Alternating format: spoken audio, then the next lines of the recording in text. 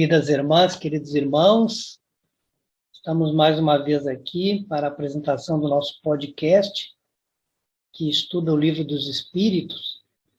E hoje nós vamos continuar no tema da semana passada, que trata dos anjos guardiões e dos espíritos protetores. E esse assunto está lá no capítulo 9, da parte segunda do Livro dos Espíritos, que trata exatamente da intervenção dos espíritos que estão desencarnados aqui no nosso mundo corporal. E dando sequência, então, ao tema, nós vamos lá na questão 505, quando é perguntado se os espíritos protetores que tomam nomes conhecidos são sempre realmente os das pessoas que usaram esses nomes. Vejam que a pergunta, ela fala de espíritos protetores que tomam nomes conhecidos. Então, aqui já está descartado a situação em que um espírito inferior toma um nome conhecido, né? Não é essa a pergunta. Então, aqui eles não vão tratar de quando um espírito inferior toma um nome conhecido, que ele faz isso muitas vezes para dizer alguma coisa que ele nem sabe, mas ele quer que as pessoas aceitem como verdade. Não é essa a pergunta. A pergunta é os espíritos protetores. Então, a resposta é que nem sempre, ou não, os espíritos protetores que tomam nomes conhecidos, eles não são sempre as pessoas que estiveram encarnadas com esse nome, né? Então, eles tomam muitas vezes o nome de um espírito que é simpático a ele, ou que muitas vezes, na maioria das vezes, frequentemente, ele vem em nome desse espírito para dar aquela mensagem, né? E aí ele se apresenta, então, com o nome de quem o enviou, né? Daquele espírito simpático a ele, que enviou ele em seu nome, ou que ele tem autorização para usar o nome daquele espírito. Como nós precisamos de nomes, né? Como a gente dá muita importância para quem foi que deu a mensagem, quem foi que deu o conselho. Então, como a gente dá muita importância para isso, eles tomam um nome que a gente vai confiar naquilo que foi dito, né? E como muitas vezes o espírito protetor ele não pode cumprir uma missão pessoalmente, ele via um outro espírito, né? E esse espírito age e se identifica como ele. E não tem nada de mais nisso, porque ele está em nome desse espírito realizando. Então, tomando por exemplo, né, pode acontecer de um espírito se apresentar como Santo Agostinho e ele não ser exatamente Santo Agostinho, mas ele estar ali por ordem de Santo Agostinho para fazer uma missão que Santo Agostinho naquele momento não pode realizar. A pergunta seguinte é: quando estivermos na vida espiritual, reconheceremos nosso espírito protetor? Sim, né? Não haveria por que nós não reconhecermos ele. Então, frequentemente, a gente já conhecia ele antes de reencarnar, e quando a gente retorna à vida espiritual, se a gente tem condição de estar com ele, nós vamos reconhecê-lo, porque já o conhecíamos, né? E porque não há nenhum mistério em ele se apresentar para nós, já que ele é o nosso espírito protetor, né? Então, às vezes a gente até pode acontecer de nem ter tanta condição assim de sintonizar com ele, mas através dos méritos deles a gente conseguir vê-lo e reconhecê-lo. Na questão seguinte é perguntado: os espíritos protetores pertencem a todos a classe dos espíritos superiores? Ou pode acontecer de um espírito protetor ser de uma classe média, né? Um exemplo aqui na pergunta: pode um pai vir a ser espírito protetor do seu filho? Aquele que foi pai aqui durante a encarnação? Então ele responde que ele o pode, mas a proteção, ser um espírito protetor, pressupõe que o espírito tem algum grau de elevação, né? Um poder ou uma virtude a mais concebida por Deus, né? Que ele adquiriu através de seus merecimentos. Então, o pai que protege seu filho pode ser ele mesmo assistido por um espírito mais elevado. Então, eu estou dizendo, sempre que um espírito age no sentido de proteger o outro, mas ele não tem aquela evolução necessária, ele vai acabar sendo também protegido por alguém mais elevado. Porque o espírito protetor, como disse na questão anterior, ele pressupõe, né, que você tenha um pouquinho mais de virtude. Então, Mesmo que um pai venha, depois do desencarne, a ser o protetor do filho, isso não quer dizer que ele também não vai ter um espírito protetor que vai ajudar ele, inclusive, nessa missão, em que vai ter um grau um pouco melhor de evolução moral. 508. Os espíritos que deixaram a Terra em boas condições podem sempre proteger os que amam e lhes sobrevivem ou continuam reencarnados? Então, o espírito que desencarna aqui sobre a Terra em boas condições, ele ainda tem um poder mais ou menos restrito, né? O fato dele ter reencarnado, se ele não estava numa missão, já coloca ele numa posição muito similar a todos os espíritos que vivem aqui. Então, a posição que ele vai se encontrar depois da morte não lhes deixa sempre toda a liberdade de agir. Ou seja, quem esteve encarnado sobre a Terra, normalmente não tem uma posição tão privilegiada assim, quando desencarna, a ponto de ter uma liberdade de agir como espírito protetor, né, protegendo os que ficaram aqui. Normal é que os que ficaram aqui sejam e continuem sendo protegidos pelos seus próprios espíritos protetores, né, que têm essa condição de agir com maior liberdade. Questão seguinte, 509. Os homens no estado selvagem ou de inferioridade moral têm igualmente seus espíritos protetores? Nesse caso, esses espíritos são de morte tão elevada quanto aquele dos homens mais avançados? Então, a pergunta é se um espírito inferior tem um espírito protetor, né? Deus não age diferente com ninguém, né? Seja inferior ou superior, cada homem tem um espírito que é seu protetor, né? Mas a missão desse espírito protetor, ela é relativa ao que se quer, ao objetivo que se quer.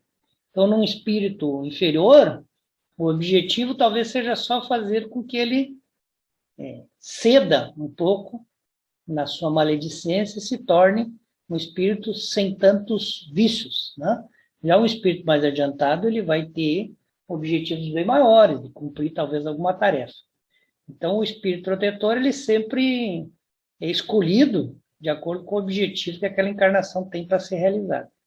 Então, eles dão um exemplo aqui, dizendo que uma criança que começou a aprender a ler, né, as pessoas não vão dar para ele um professor de filosofia, né, porque vai ser um professor que vai ter coisas para ensinar que ele não vai entender. Eles têm que dar um professor que seja um professor que ensine séries iniciais, que ensine a ler e escrever. Então, o progresso do espírito familiar segue sempre o do espírito protegido. Se o espírito protegido tem muito pouco progresso, o espírito familiar não precisa ser tão evoluído. Se o espírito protegido tem muita evolução, o espírito familiar, não, o espírito protetor, precisa também ter uma evolução superior a isso. Então, uma explicação que os espíritos nos dão é que tende vós mesmos um espírito superior, que vela por vós. Podeis a vosso turno virdes a ser protetor de um espírito que vos é inferior, e os progressos que o ajudardes a fazer contribuirão para o vosso adiantamento. Deus não pede ao espírito além do que comporta sua natureza e o grau que alcançou, tanto para o protegido quanto para o protetor. Deus vai sempre pedir conforme o grau de perfeição que ele já alcançou. Então, nós sempre podemos ser úteis, né, realizando tarefas por espíritos que estão ainda com uma evolução menor que a nossa. 510. Quando o pai que vela pelo filho veio a reencarnar, vela ainda por ele? Vejam que foi perguntado antes, se o pai podia ser o protetor do filho, foi dito que sim, né? Então, agora a pergunta é, e daí se esse pai agora tem que reencarnar? Como é que ele faz? Ele continua sendo o espírito protetor? Daí ele responde que isso é mais difícil, né? Então, o que acontece normalmente é que ele convida, né, um espírito simpático para continuar fazendo a sua missão. E eles acrescentam, os espíritos normalmente não aceitam missões que não podem cumprir. Então, se ele está sendo o espírito protetor de um espírito encarnado, normalmente ele vai fazer uma análise se ele não vai precisar reencarnar durante a vida daquele que quer ser protegido. Se ele precisar reencarnar, ele não vai ser o espírito protetor.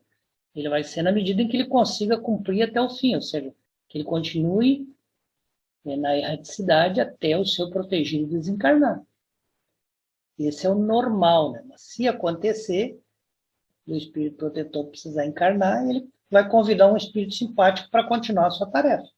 Porque nós, quando estamos encarnados, nós não temos essa condição de nos dedicarmos totalmente a proteger um espírito que também está encarnado. Né? Então, é a explicação que os espíritos vão nos dar depois, dizendo que o espírito encarnado, sobretudo nesses mundos como o nosso, que a existência é muito material, ele fica muito preso ao corpo. Então, ele não consegue ser inteiramente devotado à sua encarnação se ele não tiver realmente preso ao corpo. Estando preso ao corpo, ele não consegue também se devotar a ser protetor de ninguém, porque ele vai estar boa parte em vigília e sem condição nenhuma de proteger ninguém. Então, não consegue fazer essa proteção pessoalmente. Por isso, então, que aqueles que não são bastante elevados são eles mesmos assistidos por espíritos que são superiores, que foi dito. O pai pode ser protetor do filho, mas ainda assim o protetor dele será um outro espírito mais evoluído. De tal sorte que se falta, então, a proteção do pai, essa proteção passa a ser dada pelo espírito esse, que é mais superior e que, portanto, não vai reencarnar e vai continuar assistindo, talvez, aquele que era, então, protegido do primeiro. Então, dificilmente um espírito vai estar encarnado e trabalhando na missão de proteger outro espírito encarnado. 511. Além do espírito protetor, o mau espírito é ligado a cada indivíduo, tendo em vista compeli-lo ao mal. É aquela ideia que a gente tem, que a gente já sabe que é errado, né? Que se há uma coisa boa, tem que ter uma coisa má, né? Na verdade, o mal é a falta do bem. Então, esse termo não existe. Então, eles dizem, ligado não é um termo. Nós não temos nenhum espírito mal ligado a nós. Nós temos um espírito protetor ligado a nós. Mas é verdade que os maus espíritos procuram desviar do bom caminho quando encontram oportunidade. Então, se nós demos oportunidade a um espírito do mal, ele pode vir a ser ligar a nós. Mas essa ligação, ela é uma ligação que nós estabelecemos, não é uma ligação como do espírito protetor, que todos nós temos que ter um. Né? Então, quando um espírito mal se liga ao indivíduo, ele faz porque ele quer fazer o mal, né? E ele é escutado, né? Ele é, vamos dizer assim, é consentido que ele se ligue pelo próprio indivíduo. Então, não há uma luta entre o bom e o mal, né? O que existe é que o homem é que pode deixar imperar a sugestão do espírito bom e as sugestões do espírito mal, como a gente já viu no passado. Mas nós só temos o espírito protetor, que esse é ligado a nós para toda encarnação, é uma missão. Então, a gente pode se ligar a espíritos imperfeitos ou espíritos do mal, conforme nós venhamos a simpatizar com maus pensamentos, simpatizar com maus ações, né? Nos deixar, muitas vezes, levar pelo desassossego, pelos vícios, aí nós acabamos arrumando também um mau espírito que fica ali, ou até mais de um que fica nos perturbando também. Podemos ter vários espíritos protetores? A resposta é que cada homem tem sempre espíritos simpáticos, mais ou menos elevados, que se afeiçoam e se interessam por ele, como tem os que assistem no mal. Então, sim, nós podemos ter vários espíritos protetores. Ainda assim, haverá um que ocupa especificamente essa função. Né? Mas poderão haver outros que são simpáticos que também nos protegem. Os espíritos simpáticos agem em virtude de uma missão? Algumas vezes. Algumas vezes ele pode até estar cumprindo uma missão temporária. Né? Mas mais frequentemente não são solicitados senão pela semelhança dos nossos pensamentos e sentimentos também. Né? Então, o espírito simpático, a maioria das vezes, ele se aproxima de nós porque ele tem pensamento e sentimento semelhante ao nosso. Mas algumas vezes ele pode ter uma missão temporária também. Dessa questão, resultou outra que diz, parece disso resultar que os espíritos simpáticos podem ser bons ou maus. Isso aí nós já vimos, né? O espírito simpático, ele vai simpatizar com o que a gente é. Se a gente é bom, os nossos espíritos simpáticos vão ser bons. Se nós somos mal, nossos espíritos simpáticos vão ser mal. Espírito simpático é espírito semelhante. Então, eles vão ser semelhantes a nós. Então, a resposta é sim. O homem encontra sempre espíritos que simpatizam com ele, qualquer que seja o seu caráter. Volto a dizer, porque espírito simpático quer dizer espíritos semelhantes. Então, nós vamos encontrar sempre espíritos semelhantes a nós. Na questão seguinte, pergunta, os espíritos familiares São os mesmos espíritos simpáticos ou espíritos protetores? Então, aqui responde que existe diferença na proteção e na simpatia, né? Ou seja, dá a entender que são coisas diferentes. Né? Espíritos familiares, espíritos simpáticos e espíritos protetores. Dá-lhes o nome que quiser, né? O espírito familiar é antes o amigo da casa. Então, nós temos o espírito familiar, que é o amigo da casa, nós temos o espírito simpático, que é aquele que é semelhante a nós e pode ser bom ou ser ruim, e nós temos os espíritos protetores que cumprem uma missão durante toda a nossa encarnação. E aqui, então, o Livro dos Espíritos traz uma explicação desses 4 tipos de espírito, né? Então, o espírito protetor, que é de uma natureza superior relativamente à natureza do protegido, e ele tem uma missão de ajudar o homem a progredir enquanto ele estiver encarnado. Então, esse é o que nós estamos estudando. Nós estamos estudando o espírito protetor. O espírito familiar é aquele que se liga a uma certa pessoa por laços mais ou menos duráveis, tendo em vista ser-lhe úteis, no limite do seu poder. Normalmente, o espírito familiar, já que ele é um espírito que ele quer fazer o bem, ele age por ordem ou com a permissão do espírito protetor. Vejam que aqui, quando a gente fala em espírito familiar, ele fala de laços. Então, esses laços eles não significam semelhança, né? Eles significam laços. A gente já viveu junto, né? A gente já teve experiência junto e tem entre nós algum laço, né? E esse laço, ele, por parte do espírito familiar, ele faz com que esse espírito se sinta no desejo, né? De ser útil para o espírito outro que está encarnado. Então, aqui nós estamos falando muito da família espiritual, né? Aqueles espíritos que fazem parte das nossas relações na erraticidade. Já o espírito simpático, que é o espírito semelhante, pode ser bom ou pode ser ruim, os que se sente atraído por nós por uma certa semelhança. E, por fim, o espírito imperfeito, que foi aquele cogitado ali, que se liga também para nós, né? Ele se liga por uma iniciativa própria dele, né? O desejo dele é nos desviar do bem. E nós podemos sintonizar ou não sintonizar. Nós podemos aceitar a companhia deles ou não aceitar. Quando nós não aceitamos, é exatamente quando a gente não atende aos conselhos e sugestões que eles nos dão. A gente não se liga. Se a gente não entra nas sugestões deles de fazer coisa errada, a gente aborta essa ligação. Na questão seguinte é perguntado: o que se deve pensar dessas pessoas que parecem ligar-se a certos indivíduos para compelir fatalmente à perdição, ou para guiá-los no bom caminho? Então, veja aqui que são 2 tipos de espíritos, né? É o que se deve pensar de pessoas que parecem ligar-se a certos indivíduos, né? Esses indivíduos podem ser espíritos imperfeitos, né? Ou espíritos perfeitos. Então, a pessoa que permite essa ligação. Então, diz, certas pessoas exercem com efeito sobre outras uma espécie de fascinação que parece irresistível. Então, as pessoas, às vezes, se deixam fascinar por outras, né? É o que eles estão dizendo aqui. Às vezes, a gente se deixa fascinar por determinado indivíduo. Quando isso tem lugar para o mal, são maus espíritos que se servem de outros maus espíritos para melhor subjugar, né? Que é um tipo de obsessão, né? Que é a obsessão mais grave ainda que a fascinação. Deus o permite para vos experimentar. Então, se nós nos deixamos fascinar, e essa fascinação, né, é no sentido de colher uma fascinação por um espírito que nos leva a fazer mal, nós estamos sendo subjugados por espíritos maus. E isso é uma possibilidade de nós sermos experimentados, né? É uma prova, nós podemos passar nela, nos afastando desses espíritos, ou podemos cair nela, né? Permitindo que essa influência permaneça por um longo curso. Mas pode acontecer também de nós nos fascinarmos por bons espíritos. Isso também acontece. O ideal é que a gente não nos fascinasse nem por bons nem por maus espíritos. Que a gente tivesse sempre o equilíbrio de buscar os bons exemplos. Na questão seguinte, nosso bom e nosso mau gênio poderiam se encarnar para nos acompanhar na vida de um modo mais indireto? Eu discordo um pouco dessa pergunta, porque não existe o mau gênio, né? Só existe o bom gênio, só existe o espírito protetor, né? Os outros a gente aleatoriamente se liga a eles porque quer.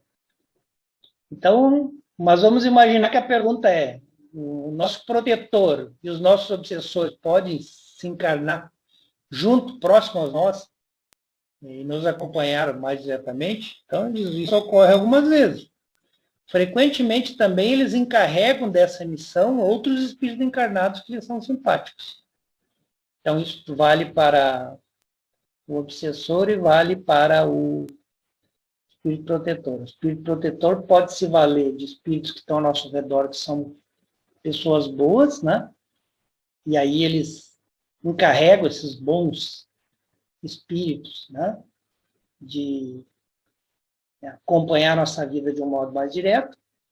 E também os nossos obsessores podem encarregar espíritos maus, que estão próximos a nós, né? Encarnados próximos a nós, para acompanhar a nossa vida de uma maneira que nos prejudique. Então, é sempre a lei de afinidade, né? É como se fosse a mesma situação que a gente se vê aqui quando está encarnado, né? Onde pessoas que nós querem mal podem mandar outras nos fazerem mal por estar mais próximos e vice-versa. Às vezes o pai, por exemplo, não pode acompanhar o filho, mas providencia que um tio, que um avô, que um conhecido cuide dele onde ele não pode estar. A situação é exatamente semelhante. 517. Há espíritos que se ligam a toda uma família para protegê-la? E a resposta: certos espíritos se ligam aos membros de uma mesma família, que vivem em conjunto, que estão unidas pela afeição. Mas não creiais em espíritos protetores do orgulho de raça. Ou seja, não se ligam a essa família para fazer com que aquela família esteja melhor que os outros, ou que as outras famílias. Né? Não, eles se ligam para que eles possam fazer o bem por aqueles espíritos que lhes são familiares, né? Por aqueles espíritos que estão unidos pela afeição. Nunca é porque eles pertencem a tal família, né? Porque isso é o tal do orgulho de raça. Essa raça é melhor que aquela, essa família é melhor que essa cidade é melhor que essa. Isso não existe. Eles são espíritos protetores, né? Então, para eles não importa os outros, importa é os protegidos que eles devem fazer evoluir. Questão seguinte: sendo os espíritos atraídos para os indivíduos pela sua simpatia, ou são igualmente para reuniões de indivíduos em razão das causas particulares? É a resposta: os espíritos vão de preferência onde estão seus semelhantes, é óbvio. Então, se há uma reunião de indivíduos, né, e essa reunião ela tem determinado objetivo, determinado propósito, os espíritos semelhantes estão ali juntos, para o bem ou para o mal. Então, dizem, os espíritos semelhantes, eles, quando vão ao lugar onde está seus semelhantes, eles se sentem mais à vontade e se sentem mais seguros de serem ouvidos. Então, o homem atrai para si espíritos em razão das suas tendências, quer esteja só ou formando uma coletividade, como uma sociedade, uma cidade ou um povo. Então, uma sociedade, né? Uma família, que toda ela está imbuída de maus valores, ela vai ter os espíritos semelhantes em volta. Tá? Podemos citar um exemplo menor, né? Um bar, onde as pessoas vão para beber e para exercitar seu vício. Não são os bons espíritos que vão estar lá junto, né? Vai ser os espíritos semelhantes. Uma reunião, um culto religioso, não vão ser os maus espíritos que vão estar lá junto ajudando no culto, né? Fazendo o culto do culto. Vão ser os espíritos semelhantes. Então, sim, os espíritos eles são atraídos também por reuniões, né? 519. As aglomerações de indivíduos, como as sociedades, as cidades, as nações, têm seus espíritos protetores especiais? E a resposta é sim. As cidades, as nações, as sociedades têm os seus espíritos protetores especiais. Porque essas reuniões são reuniões coletivas, né? Que marcham com objetivo comum. E tudo que marcha com objetivo comum para o bem, tem necessidade de uma direção superior. Então, tem que ter um protetor. Então, uma casa espírita tem o espírito protetor da casa. Uma cidade tem isso. O Brasil tem o seu espírito protetor, né, que a gente chama, se refere a ele como governador espiritual aqui da Terra, né, que é Ismael. O nosso planeta tem o seu governador, né, que é Jesus Cristo. Então, sim, sempre tem um espírito protetor que é responsável por determinada aglomeração, por determinado grupo de indivíduos que marcham em conjunto com o objetivo comum.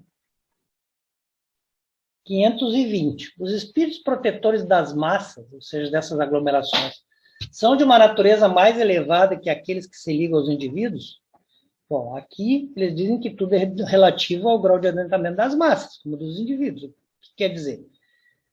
Se esse grupo, né, de indivíduos, ele tem um grau de adiantamento muito inferior a determinado indivíduo, o indivíduo que tem uma evolução maior terá um protetor com mais evolução.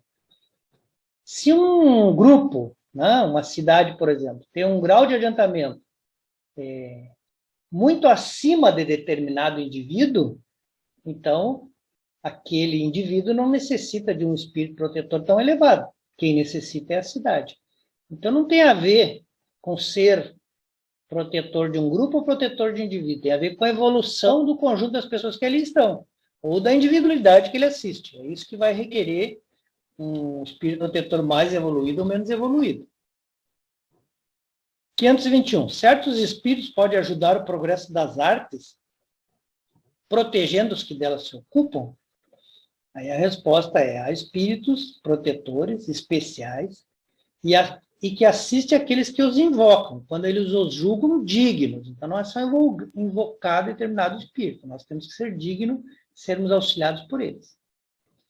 Mas que quereis vós que façam com aqueles que creem ser o que não são? Eles não fazem os cegos verem nem os surdos ouvirem. Então, quando nós imaginamos, né, que certos espíritos protetores podem ajudar no progresso das artes, né? Simplesmente porque alguém está envolvido com aquela determinada arte, aí nós temos um engano. Não é o fato de você se envolver com a arte que vai atrair um espírito protetor mais evoluído, né? Ou tem que se ver a evolução daquele grupo que está envolvido com aquele progresso da arte, ou tem que se ver exatamente o indivíduo especificamente, né, que nós estamos falando. Mas quando a gente se julga maior do que a gente quando a gente julga que a nossa arte, que o nosso trabalho é maior do que aí é um contrassenso nós imaginar que nós temos um espírito, né, preocupado ou ocupado de proteger o progresso daquele nosso trabalho. Tudo depende do trabalho e tudo depende do quanto nós colocamos de objetivos sérios na arte que nós realizamos. Agradecemos a companhia de todos, convidamos para a próxima semana estarmos juntos, pedindo que Jesus abençoe o lar de cada um de nós.